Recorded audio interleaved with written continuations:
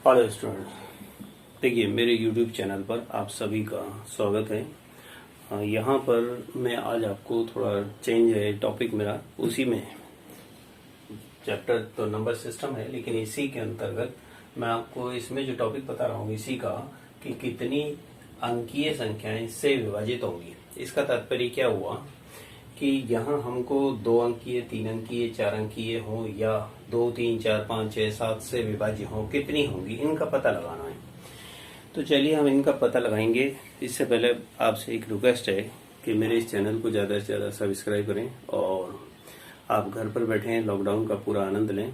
इसमें आपको एक सिंपल सा तरीका ही है जो आपको बताने जा रहा हूँ, तो वो आपके समझ में भी आ जाएगा आसानी से। और अपने दोस्तों को भी बताइए, चैनल को ज़्यादा से ज़्यादा सब्सक्राइब करिए, लाइक करिए। तो क्या है, आप अगर ज़्यादा लाइक करेंगे तो निश्चित है कि मैं आपको अच्छी चीज़ें बताने की पूरी कोशिश करूँगा। ओके, नेक्स्ट देखिएगा। यह हमारे पास में एक क्वेश्चन है इसी प्रकार का कि कुल कितनी 3 अंकीय संख्याएं 6 से विभाजित होंगी, 6 से विभाजित होंगी। ठीक है, ये हमारे पास एक क्वेश्चन है। अब 3 अंकीय संख्याएं, सबसे पहले तो यहां देखते हैं हम 3 अंकीय संख्याएं कहां से शुरू होती हैं और कहां खत्म होती हैं। आप जानते हो 3 अंकीय संख्याएं सबसे छोटी और सबसे बड़ी। 3 अंकीय सबसे छोटी, सबसे छोटी 3 अंकीय संख्या तो हुई 100 और सबसे बड़ी कौन हुई 3 अंकीय संख्या 999, यही हुई ना। परंतु ये तो सबसे छोटी हुई 100 और सबसे बड़ी होगी 999। अब इसमें ये देखना होगा कि 6 से विभाज्य कौन होगी। तो यहां हम लिखेंगे 6 से, अगर मैं 100 में भाग देता हूं, देखो मैं आपको यहाँ शॉर्ट बताता हूं। 6 से देखते हैं तो 6 से विभाजित सबसे छोटी संख्या, सबसे छोटी संख्या कौन सी होगी उसका पता लगाओ पहले तो आप यहां एक काम करना कि 100 में 6 का भाग दो, 6 एकम 6, बचे कितने 4, 0 उतार लिया। अब यहाँ 6 में 40 में भाग देते हैं तो 6 का 6 बार गुणा करेंगे 36, ये अगर ना 6 से गुणा किया 36, 4 बचते हैं।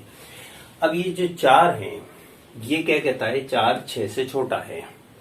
अब अगर मैं इस 4 को इसमें से माइनस कर देता हूं तो मेरी संख्या 3 अंकीय की जगह 2 अंकीय रह जाएगी।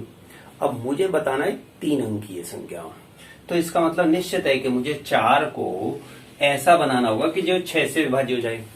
तो आपको प्लस क्या करना पड़ेगा, 2 प्लस क्या करना पड़ेगा इसमें 2, क्योंकि छोटी बताने के लिए ये 6 हो जाता है।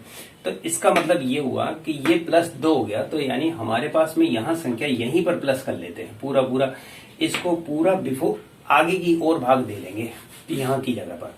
तो यानी ये 42 हो जाता है। अब 42 हो जाता है तो ये 7 बार भाग गया ना भाई, ठीक है। तो इसका मतलब आपने +2, तो +2 किया तो यानी 100 + 2 यानी 102। 102 एक ऐसी संख्या है सबसे छोटी जो 6 से पूर्णतः विभाजित 3 अंकीय संख्या में, 100 नहीं है। तो इसका तो तरीका ये हुआ कि हमें प्लस करके निकालनी होगी छोटी के लिए। अब 6 से विभाजित सबसे बड़ी संख्या कौन होगी, अब बड़ी संख्या पता लगाना है। तो बड़ी संख्या होती है 999 में से कुछ माइनस करनी पड़ेगी, क्योंकि 999 में हो सकता है कि पूरा 6 का भाग नहीं जाए, लेकिन एक बार भाग देकर देखते हैं। 999 में 6 का भाग दिया, 6 एकम 6, 3 9, 6 6 36, ठीक है। बचे कितने, फिर 3 9 उतार लिया, फिर 6 6 36, बचे कितने अब 3, यानी 3 अतिरिक्त संख्या आ रही है इसमें। क्योंकि अगर मान लो कि मैं इसमें प्लस करता हूं तो यह संख्या मेरी 4 अंकीय बन जाएगी, तो मुझे ये 3 माइनस करना पड़ेगा। तो यहां में 3 मुझे माइनस करना पड़ेगा, यहां मुझे क्या करना पड़ेगा, 3 माइनस करना पड़ेगा, ताकि इससे ठीक पूर्व वाली संख्या कौन सी हो गई 996। ये वह संख्या है जो सबसे बड़ी 3 अंकीय है, जो कि 6 से विभाज्य होगी, और ये 6 से विभाज्य सबसे छोटी हो गई। ये तो हमारे को संख्या पता लगाना हो गया। अब 102 और इधर आ गई 996। अब बीच की संख्या का देखो, यहाँ 102 के बाद अगली संख्या कौन आएगी जो 6 से विभाज्य होगी, यानी इसमें 6 जोड़ते जाओ तो 108, भाई 6 जोड़ दिया 8 हो गया, इसमें भी 6 जोड़ दो तो 114। ये इस तरह से संख्या बनेगी। अब मेरे पास में यहाँ जी ये श्रृंखला आई है ना, 102, 108, 114, ये एक प्रकार से समांतर श्रेणी कहलाई। क्या कहलाई? समांतर श्रेणी। अब आपको इसमें करना क्या है कि सबसे पहले पहली संख्या का पता मालूम है 102, ठीक है, और सार्वंतर आपको डी मालूम है 6, और लास्ट की संख्या एल बराबर है 996, लास्ट की तीनों चीज मालूम है। अब एन बराबर निकालना है, यानी मुझे संख्याएं बतानी है, 102, 108, 114, 996 कुल कितनी हुई। तो मैं आपको यहाँ एन बराबर बता देता हूँ डायरेक्ट। एल बराबर होता है एल माइनस ए बटा डी प्लस 1। ये एक नियम हो गया शॉर्ट में। तो इस नियम के तहत आप डायरेक्ट पता लगा सकते हो। तो एल का मतलब हो गया 996, ठीक है, माइनस 102 बटा 6 और प्लस 1। अब इसमें से घटाना, तो इसमें से घटाएंगे तो ये बचा हमारे पास में 4, 9 और 8। इसमें 6 का भाग देंगे और 1 जोड़ देंगे। इस तरह से 6 का भाग गया, 1 और 2 बचे, 6 चौगु 24 और 6 नाम 54, है ना, और प्लस 1। तो इस तरह से 150 संख्याएं हुई। कितना हुई इसमें? 150। आप इसमें से भाग देकर भी पता लगा सकते हो कि 150 हुई या नहीं हुई। तो इस तरह से ये हमारे पास में कुल कितनी हो गई? 150। यानी लास्ट की में से फर्स्ट की संख्या घटा लो और फिर इसमें 6 का भाग देके देख लो तो भी पता लग जाता है हमको।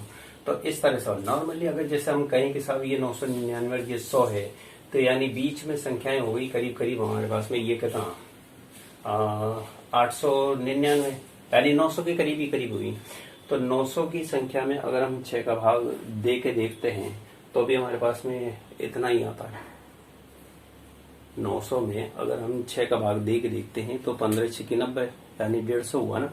तो ये लगभग 150 हो गया, लेकिन प्रोसेस में सूत्र में यही आता है।